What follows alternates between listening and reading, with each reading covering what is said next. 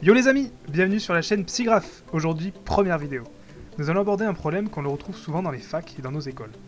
Souvenez-vous de l'ancêtre du corps enseignant, tentant vainement d'apprivoiser le vidéoprojecteur sauvage. C'est pourquoi nous allons dès maintenant parler de la meilleure manière de présenter un sujet à l'aide d'un support multimédia. C'est parti!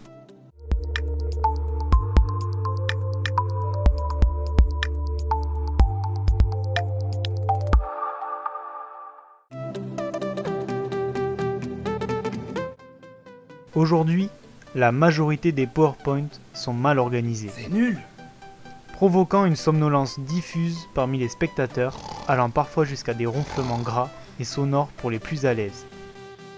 Tout d'abord, nous vous conseillons de commencer par une image et un titre accrocheur, afin de captiver au maximum votre public. Il suffit ensuite de se présenter et de prononcer votre discours. Dans une présentation, le rôle de l'illustration est important. Mais qu'est-ce qu'une illustration ? C'est tout ce qui va venir enrichir le discours tel qu'une image, un schéma, un tableau, un mot-clé, un gif. Il existe deux rôles à l'illustration. Un premier rôle de répétition de l'information et un second rôle de représentation différente de cette même information. L'illustration permet donc une meilleure compréhension et mémorisation de l'idée abordée.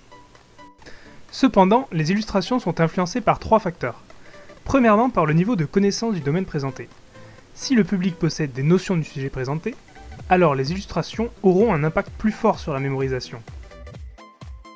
Ensuite, par la capacité de mémoire de travail. Qu'est-ce que la mémoire de travail ? C'est l'aptitude à retenir des informations à court terme pour réaliser des opérations mentales sur ces mêmes informations.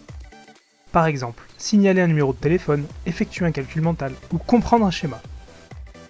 Et enfin, l'influence de l'illustration se fait par rapport au niveau de compréhension qui est fonction de l'habileté visuospatiale, c'est-à-dire de l'ensemble des processus du cerveau qui permettent d'analyser, de comprendre et de se représenter l'espace et l'environnement en 2 ou 3 dimensions.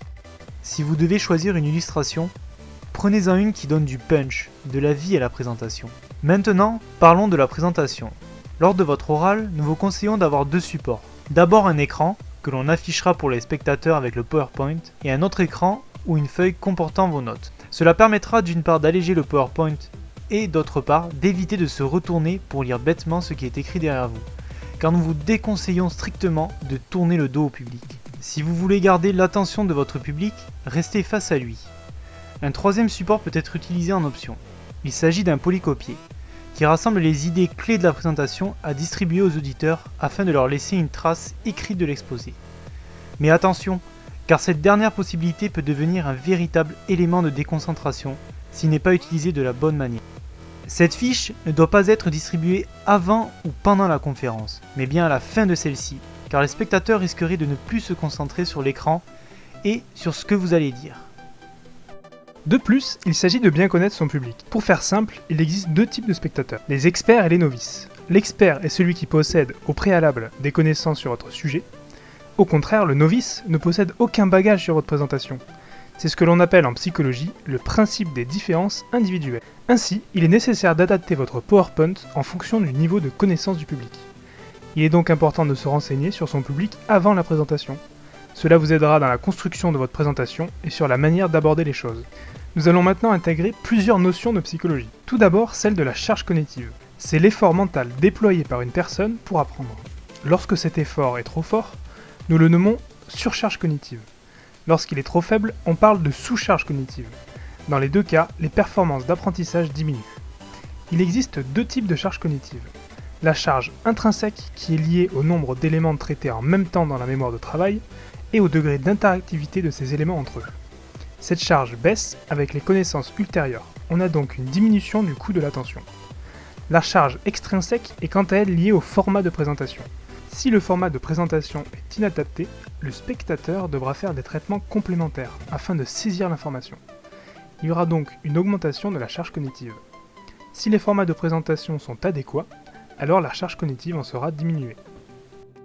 Prenons un exemple. Vous êtes professeur d'exobiologie en physique quantique et vous avez devant vous une classe de première année. Si vous commencez votre cours en y intégrant trop d'éléments nouveaux qui apparaissent en même temps dans la présentation, que va-t-il se passer ? La charge intrinsèque va augmenter pour tenter d'intégrer le plus d'éléments.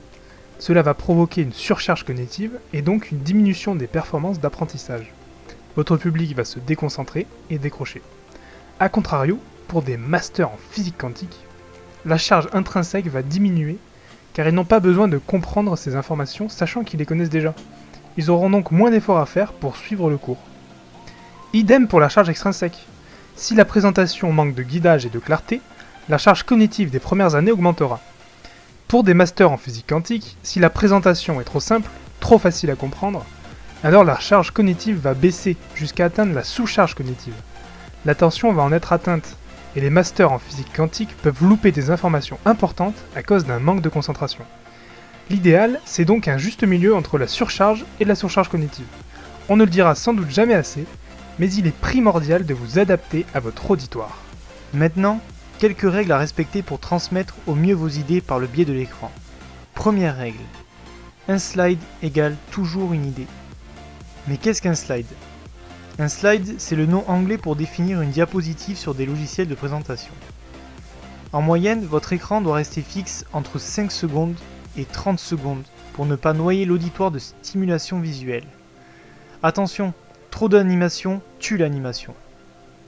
Mais quelques animations d'effets ou humoristiques stimulent l'attention de votre public. Pour ce qui est du texte, il est conseillé une ligne de 6 à 7 mots par slide. Mais s'il est nécessaire d'avoir plus de texte, alors il ne faut pas dépasser 6 lignes de texte par slide, comprenant 6 à 7 mots chacune. Lors de la présentation, il convient de faire apparaître les phrases de gauche à droite, semblables à notre sens de lecture. Mais dans le cas d'une diapo avec plusieurs phrases, il sera important de les faire apparaître les unes après les autres, afin de ne pas encombrer l'attention du spectateur. En ce qui concerne la mise en page et la cohérence de votre PowerPoint, n'excédez pas 2 typographies différentes. Comme vous vous en doutez, lors de votre présentation, il faut intégrer des informations visuelles et verbales du même argument simultanément. Par exemple, quand je parle de New York, il sera pertinent de faire apparaître une photo de New York. Mais retenez bien ceci, une image est toujours mieux intégrée qu'un mot, car le cerveau est capable de ressentir une émotion grâce à l'image et d'écouter en même temps la narration. L'émotion déclenchée par l'image s'associe à ce qui est dit à l'oral. La conséquence est donc une meilleure compréhension et mémorisation. Au niveau spatial, sur le PowerPoint, il faut aligner les mots avec les illustrations. Cela permet un apprentissage plus profond, car les informations sont intégrées entre elles. Il est aussi important d'occuper l'espace, c'est-à-dire d'intégrer l'image au centre de l'écran avec une bonne résolution. Mais à contrario, il faut aussi respecter les espaces libres afin de ne pas surcharger l'œil du public. Encore une fois, c'est une histoire de dosage. Votre PowerPoint doit contenir une cohérence graphique, c'est-à-dire garder le même ton de couleur tout au long de la présentation. Pensez à avoir un fond neutre. Maintenant, quelques conseils. Au niveau de l'organisation, de la création du PowerPoint, 3 grandes étapes s'offrent à vous. Premièrement, le brainstorming, c'est-à-dire rassembler toutes les idées de votre sujet. Deuxièmement, faire le plan. Et enfin, troisièmement, créer un storyboard dans lequel vous pouvez y intégrer l'écriture. Ensuite, lorsque le PowerPoint est terminé, il est important de s'entraîner à l'oral avant la présentation, à l'aide d'un partenaire et si possible d'un chronomètre. Le conseil final en 3 mots, surprendre, amuser et bien sûr remercier. Et voilà, c'est la fin de cette vidéo. Donc n'hésitez pas à liker, partager et commenter pour qu'on puisse s'améliorer. Je vous dis rendez-vous pour une prochaine vidéo. Allez, ciao!